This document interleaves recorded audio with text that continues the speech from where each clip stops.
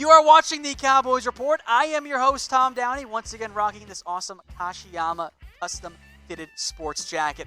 We're going to preview this week's game, Cowboys and the Minnesota Vikings. Many of you asking about the injuries.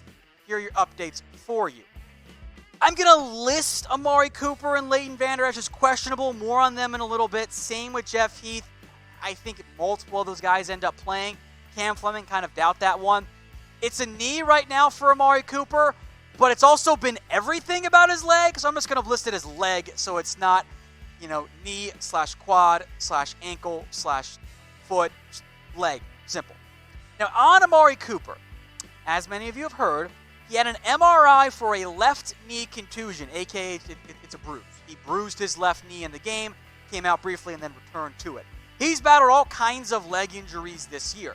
The good news is, Amari Cooper has said he expects to practice on Friday and play in the game. So I am not necessarily freaking out about Amari Cooper. Now, if he can't go against Minnesota, it's a little bit tricky because you have Michael Gallup, you have Randall Cobb.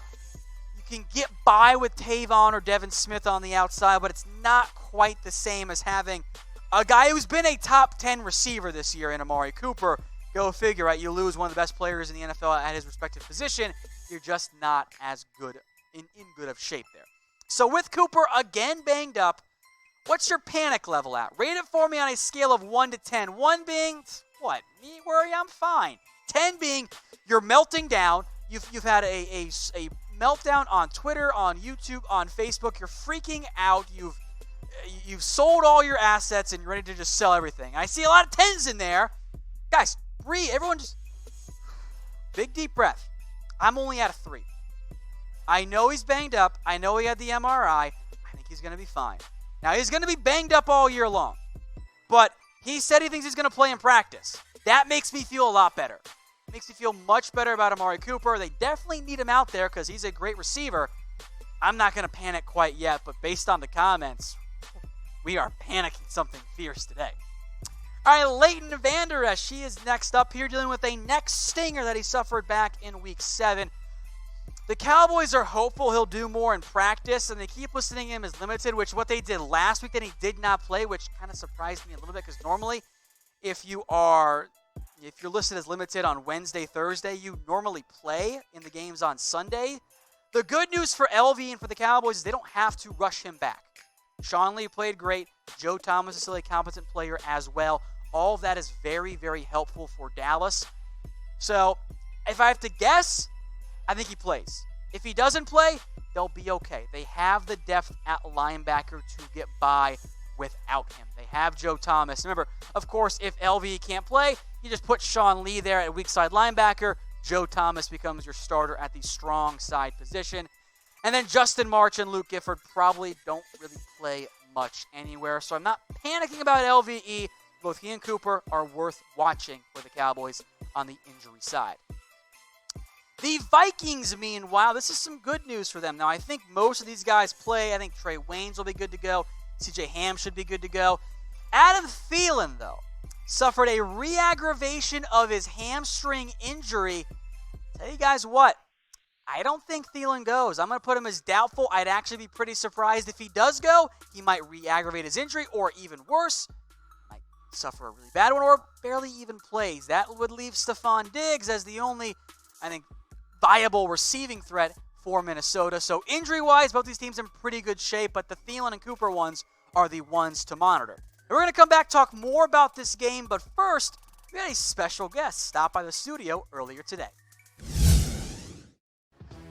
Welcome into the Cowboys Report. Back once again, it is Mick from Kashiyama. Mick, thank you so much for stopping by again. Thank you again, as always. All right, you guys know the deal for the most part. A little change today, but we'll get into that in a second. It's Mick's Picks. We will focus in on the NFC East, a lighter week, and it's a pair of New York teams. It's technically a home game for the Jets, but it's also technically a home game for the Giants. So what do you think from this one? Well, I mean, the Jets coming in off of losing to a previously winless Dolphins. I like the Giants by a very, very, very small margin in this exciting Battle of New York. Nice. I'm going 23-21 Giants. Yeah, we don't talk about the Jets much anymore because I don't understand how the Cowboys lost to that team. Now, speaking of the Cowboys, same offer as last week. Predict the score. Vikings at the Cowboys, $50 right. If you are the first one to get the score prediction, you have to follow and DM Kashiyama Taylors on Instagram. That's $50 right if you're the first one to get it right. I don't think anyone got it right last week because it was kind of a weird scoring game. You were actually pretty close, though. I was fairly close, believe it or not. And we'll dive into more on this game and even some bonus stuff we got planned for you guys. But first, Mick, Kashiyama just launched a new modern tailor suit line. Why don't you tell us about it? Absolutely. So modern tailor suiting, it is going to be less formal, more functional. If you are an urban commuter, if you are the kind of person that goes from the airplane to the boardroom, this is perfect for you. It is all machine washable. It is not going to wrinkle. You have got zippers keeping everything in place. Little bit more of a smart casual look. I like that. The machine washable, too, is really intriguing to me. It's huge. Because I'm lazy and I don't want to go do the whole hassle. The whole dry cleaning Yeah, that's thing. a pain in the butt. Exactly. So you just toss it in the washer, you're good to go. That's it. That's very, very cool then. So we'll tell you more about that later on in the coming weeks as well. We've got trivia time now here for you guys on the Cowboys Report. We didn't really tell Mick about this beforehand, so you're going to have to help her out in the comment section. The very first question here. Who was the Cowboys owner before Jerry Jones? Multiple choice here. You've got B for Bum Bright, C for Chump Crawford, and D for David Dorkin. Yes, one of those names is real. I have to be honest with you. I thought Jerry Jones came with the Cowboys on the seventh day when God created Earth. So I'm going to need some help on this one, guys. If we can get some movement in the comments. All right, let's get some questions flowing in there, and then we'll put you on the spot, Mick. Take your best guess. I'm going to have to go with Bum Bright. Okay, you actually got that one right. So 33% chance you nailed that one there. It is Bum Bright. Now, it's not his real name. It's H.R. Bum Bright, but we went with the consonants and the fun names there. So Bum Bright is the correct answer. Nice job there, Mick, and everyone who got in the comments as well. Now we'll get to a potentially tricky one here. Number of Arkansas players that Jerry Jones has drafted, who, of course, he went to Arkansas. So I'll give everyone a hint, including you. It is a low number, so keep that in mind when you guess this one. And, of course, Jerry is the owner drafting. Right, okay. Low number. Lowest number there is would be 1. Okay. So I'm going to go with 1. Okay, that's actually right as well. It was 1, and the only one, I don't think you know who it was, maybe you did, maybe you didn't. Felix Jones is the correct answer there. I have to let everybody know they are not feeding me the answers. Technically, there is a lower number than 1. It's 0. So... Fair. Correct math logic, is not wrong my strong math. suit. All right, this one everyone will get right. Who is the best Cowboys player nickname out there? Tons of great answers. We've got my personal favorite, Deion Primetime Sanders. You can also throw in Neon Dean if you want to go that one. I've seen already some in there. Michael the Playmaker Irvin, also a fantastic answer because really there's no wrong answer here. If you want to go way, way back, how about Bullet Bob Hayes? That's an answer that dude could absolutely fly. More recently, Daryl Moose Johnson. All those are good, but what's your favorite one, Nick? I mean, how can you not choose Wolf Hunter? There you go. Leighton Vander Esch. Yeah. And it's modern, too. It's a good one. Yeah. There you go. All right, so put your favorite Cowboys player nickname in the comments section here. All right, Mick's been really hot so far. Surprisingly hot, to be quite honest. I didn't think you were going to do this well. This one. Who leads Dallas in snaps this year? 4 options again. Quarterback Dak Prescott, center Travis Frederick, cornerback Chidobe Awuzie, or left guard Connor Williams.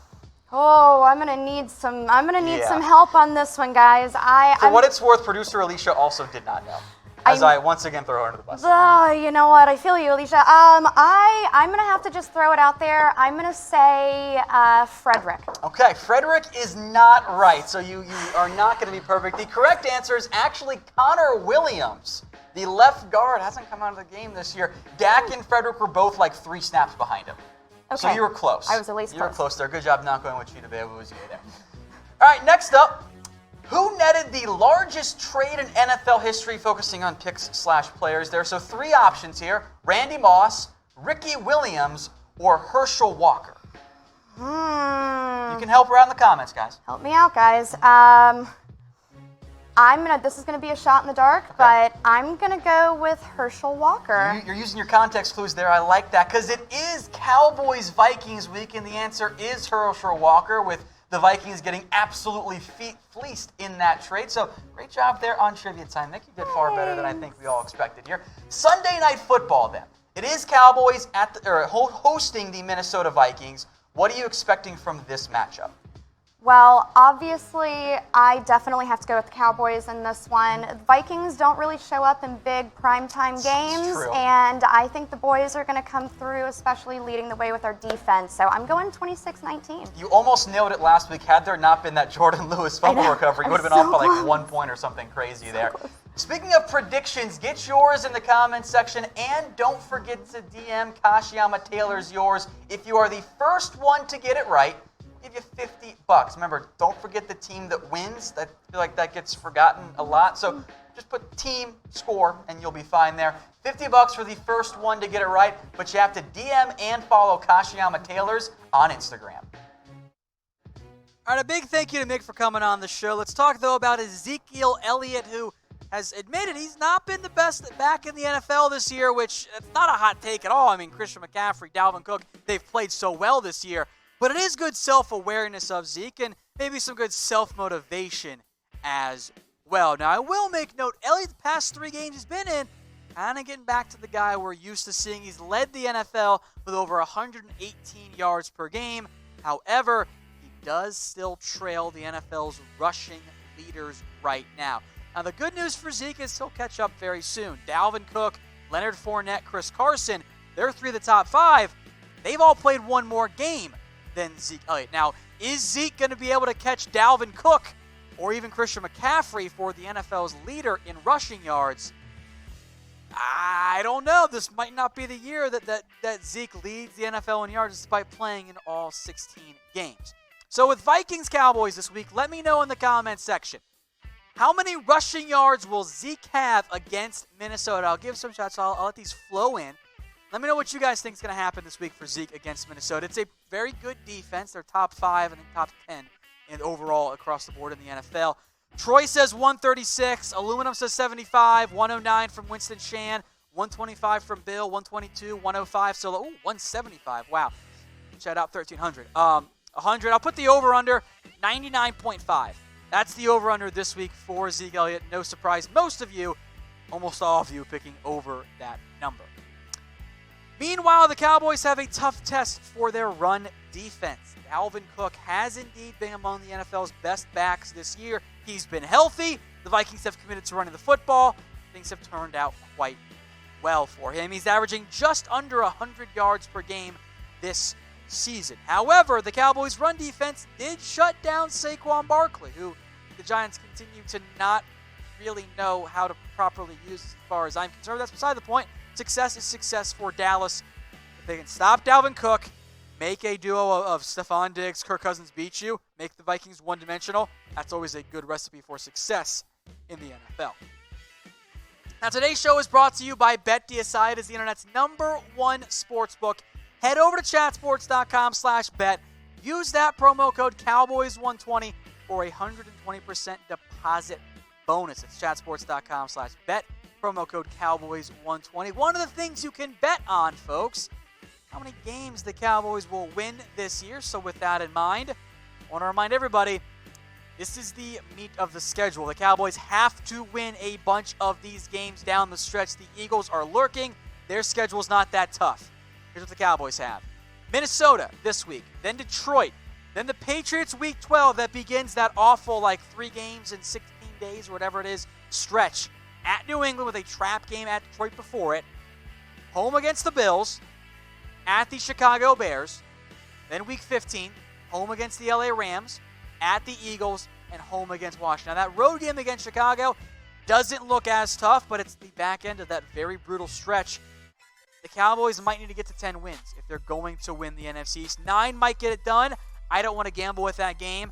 The path to the playoffs in the March there starts with a win over Minnesota Sunday Night Football. So let me know what you guys think there in the comment section. How many games the Cowboys will win?